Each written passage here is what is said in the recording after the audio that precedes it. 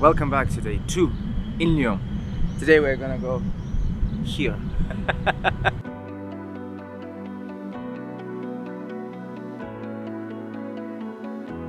So Sinan, tell us about Kylie Minogue. What did you think? She was very positive. I didn't get any negative feeling from her at all, because there are some artists you can get negative feelings. But Kylie, she was so sweetie. She was literally... Did you just say sweetie? Yes. And she looks good, by She the way. looks amazing, yeah. Yes. And she sang live. Yeah. The organization was very good. Yeah. It was very well prepared. We didn't queue a lot. The drinks, we got it so quickly. Yep. We exit. The area is so quick. Everything was so quick and it was very well. Organized. It was well organized. I really liked it. See, now Sinan is a fan of Kylie Minogue. Right, we have a lot of things to do and see today, so let's go.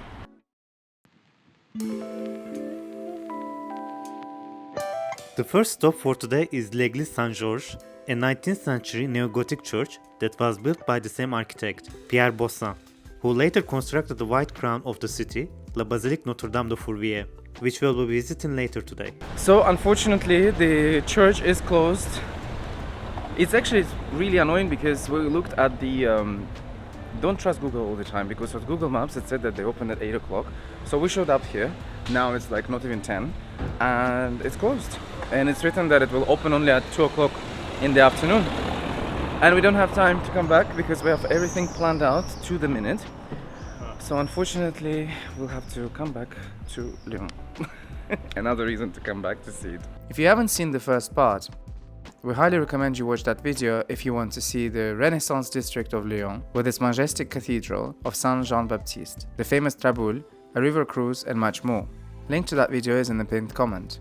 Walking through this gorgeous district in the morning feels extra special as the light underlines all the magnificent details of the city. It's calm yet vibrant and almost perfect. I like their water fountains all over the streets. They have these water fountains with lions on them.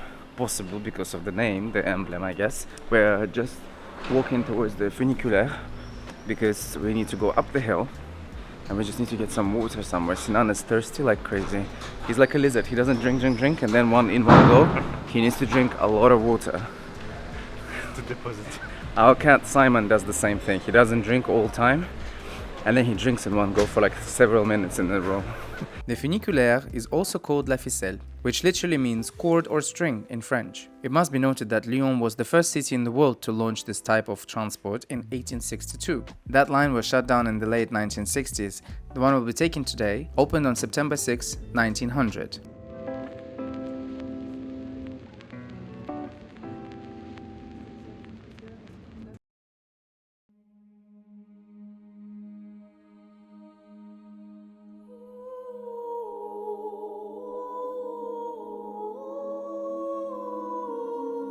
Upon our arrival to the top of the hill, and before heading into the Basilica, we rushed to the small but exceptional place nearby called Antiquaille, which is a cultural space of Christianism in Lyon. In the early 16th century, Pierre Sala, a humanist and a former squire of François I, built a residence here, which he named Antiquaille because of the numerous Roman remains discovered during the excavations. Upon his death in 1529, the property passed into the hands of his heirs, who enlarged the residence and extended the property. On June 30th, 1629, Mathieu de Sèvres acquired the property and gave it to the Visitation nuns. Following the French Revolution, the convent was transformed into a hospice in 1803, then into a specialized hospital in the 19th century, welcoming patients with skin and venereal diseases. It closed in 2003.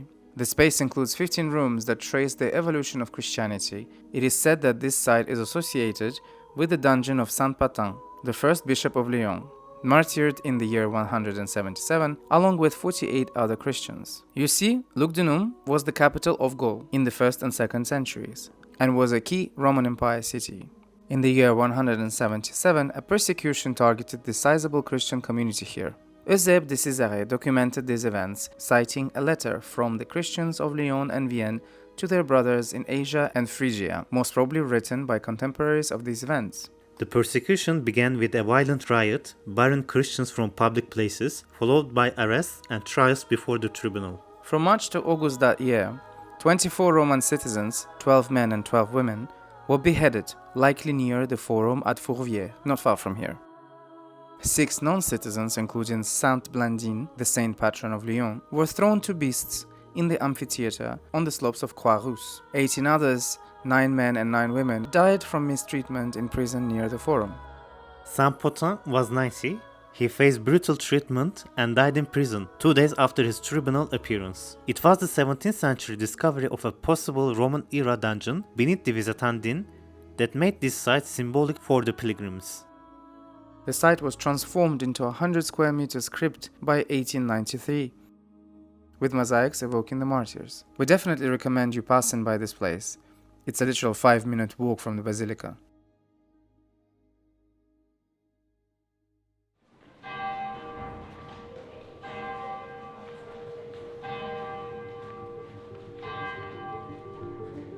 From Antiquaille, we climb back towards Lyon's neo-Byzantine crown, La Basilique Notre-Dame de Fourvière. By the 12th century, Lugdunum became Lyon and saw the Virgin take on great importance in Christian devotion. The basilica we see today dates back to the 19th century, but the first chapel dedicated to Virgin Mary was built on the hill of Fourvière in the 12th century. A second chapel would be dedicated to Thomas Becket, Archbishop of Canterbury, an English martyr who stayed in France during his exile. In 1562, the chapels were destroyed by the Protestant armies. At the end of the same century, the whole ensemble was reconstructed. It was Pierre Bossan, assisted by Louis Saint-Marie Perrin, who were designated to work on the project. We crossed the nave, admiring its intricate mosaics and decorations. It was the 3 vows of Fourvière that stand in the origins of this basilica. The first was a serious epidemic of scurvy in 1638 that mainly affected children. Helpless, the hospital administration decided to go in procession to Fourvière. The disease gradually disappeared to never return. Just 5 years later, while the plague was raging in Europe, Lyon was placed under the protection of Virgin Mary. Thus, on September the 8th, 1643, the feast of the Nativity of the Virgin, the city's officials, accompanied by a crowd of Lyonnais, ascended in procession to Fourvière. It's in the chapel of the Virgin that they made a vow to go up every September 8 to the Mass and offer the Archbishop 7 pounds of wax in candles and a golden crown if their wish is fulfilled. Lyon was spared and the tradition lives to this day. In 1832, cholera ravaged in the neighboring departments threatening Lyon. The Archbishop ordered public prayers. Escaping a scourge again, the Lyonnais thanked Mary by having a huge canvas made by the painter Orsil. It was the war against the Prussians that finally pushed Lyon to build a grand basilica consecrated to the Virgin Mary. As the enemy forces advanced towards Lyon after capturing Paris, the city's residents, deeply rooted in their devotion to the Virgin Mary, made a collective vow. They promised to build a grand church in her honor if she interceded to spare Lyon from invasion. The city was spared. Designed in a striking blend of Neo-Byzantine, Romanesque, and Gothic styles, the basilica symbolized not only Lyon's faith, but also its resilience and rejection of secular threats like socialism, paralleling the construction of Sacré-Cœur in Paris. Staying true to our nature, we've had to book a special visit, which will take us, and you, to the top of this architectural masterpiece that towers over Lyon. It must be noted that Bossan conceived every detail of this basilica, from its architectural design to the decor.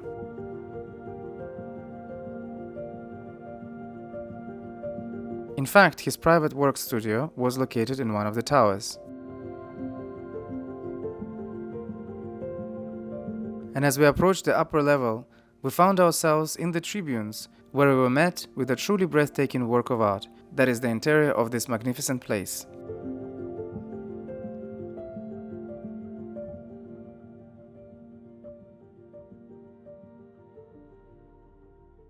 The basilica dazzles with mosaics depicting biblical stories intertwined with Lyon's history, showing gratitude to the Virgin Mary.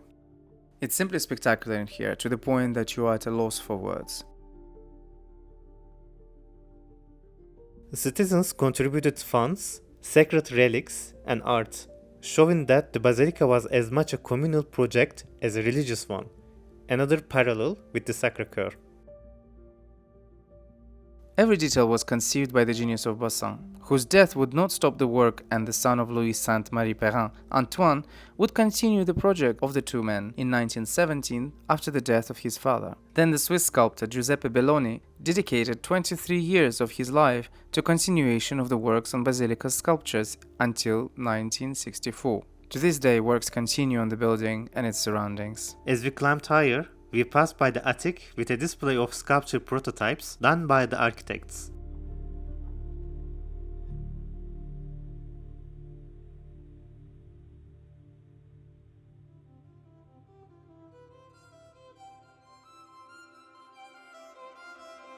On the roof we are met with the 360-degree views of Lyon and its region.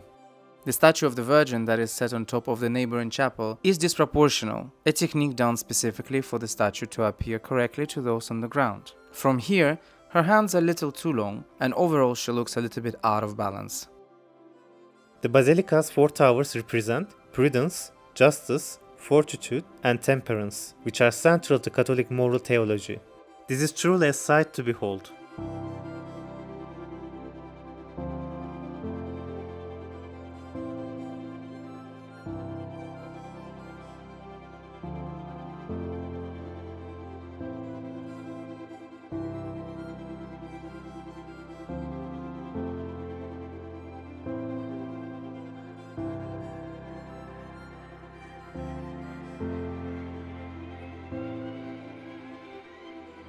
The statue of the Archangel Michael crowns the Basilica itself, defending the city of Lyon along with the Virgin Mary. And of course, the metallic tower of Fourvière cannot be missed.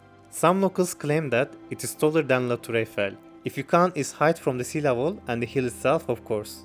As we descended down the towers, we were reminded that the works never stopped in this building, and currently Notre-Dame de Fourvière is looking for help with the restorations of the four towers.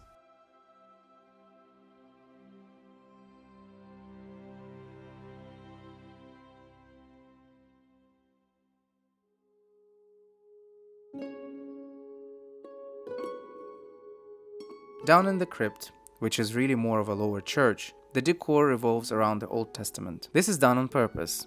The lower church reflects the Old Testament, while the upper basilica is focused on the New. It is part of the earliest phase of the construction and houses a marble altar imported from Rome and ancient frescoes that survived renovations. Bassin initially wanted to connect this part of the basilica to the Cathedral of Saint Jean-Baptiste via a grand staircase. But considering the costs and the topography of Fourvière, that idea was scrapped, although it would have been epic if ever constructed. As we exited the building, we passed by the adjacent museum that displays artifacts and documents detailing the basilica's construction and history, offering a deeper understanding of its cultural significance. At the moment, there is a temporary exhibition dedicated to none other than Eugène Viollet-le-Duc, featuring some of his lesser-known works like church furniture, reliquaries, or the creation of sacred vases and luminaires. The exhibition is done with participation of the Treasury of Notre-Dame de Paris and is until 2nd of November. Before we left the museum, I decided to type a thank you message on the vintage typewriter, but true to my clumsy nature, I messed up the letters and colors. Well done, Anton. Bravo.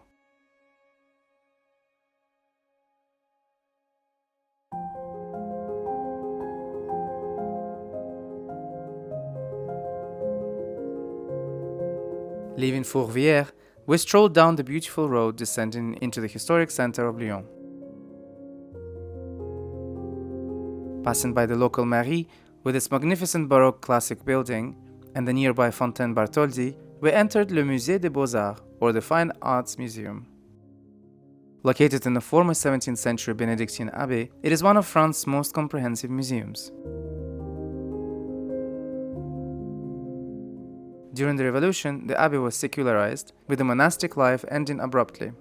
By 1801, the museum opened with the goal to protect the artworks confiscated from churches and aristocratic estates. Today, its collection spans Egyptian, Greek, Roman, medieval, Renaissance, and 19th century art. Highlights include masterpieces by Rubens, Delacroix, Monet, and Rodin, alongside regional artists who shaped Lyonnais' artistic identity. The cloisters and vaulted ceilings preserve the abbey's monastic feel, while offering a contemplative backdrop for the artwork. The Egyptian collection was established early in the 19th century by Lyon merchants who brought artifacts from Nile excavations. From 1803, the museum received 110 paintings from the Louvre. The Golden Age saw major renovations by Hirsch and acquisitions of antiquities, medieval and Renaissance art. A major innovation in the 90s modernized the 14,500 square meter museum, which now spans 70 rooms across 5 departments, housing art from antiquity to the 21st century. We spent a good couple of hours here, but it's still not enough to see everything.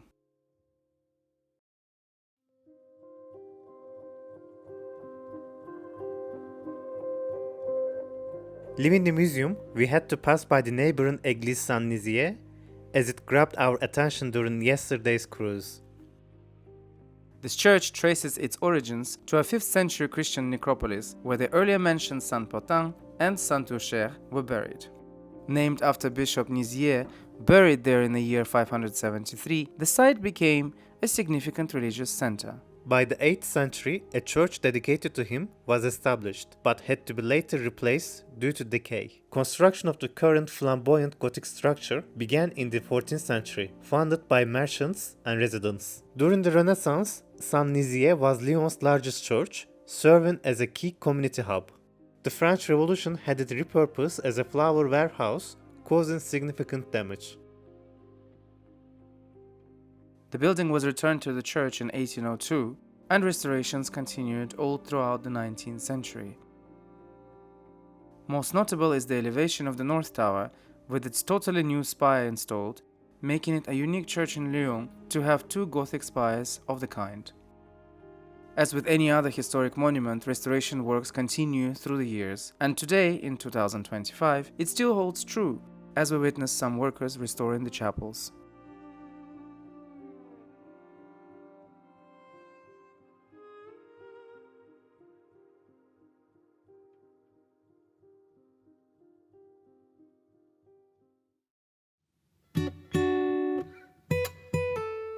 We are so tired. We've had patisserie, we've had something sweet. That's double the size of what we get in Paris. Here is much bigger. And now we decided to sit down on one of the streets. We found this really super cute street, full of color, and we're just having drinks before we catch our train. Let's see what Sinan thinks. I'm so tired. Same for me, I'm so tired, I cannot even focus. I really like Old Town in this part of Lyon, which is called Via Lyon. I really like it. I think this is my type. I don't like modern stuff or anything like that. I prefer to have Old Town, small room, small towns, not small towns, but small petit passage, and I don't know, this is my type, I believe. Yeah, it's nice. With a little time left in the city, we made our way back to the train station, feeling genuinely impressed by Lyon, filled with great memories from the 2 days we spent here. Did Lyon surprise us? Yes, definitely. But most importantly, do we want to come back? Absolutely. We loved it here. So that's it for today. Thank you so much for joining us. If you like our episode, let us know, and don't forget to like, share and subscribe. And until the next one, au revoir.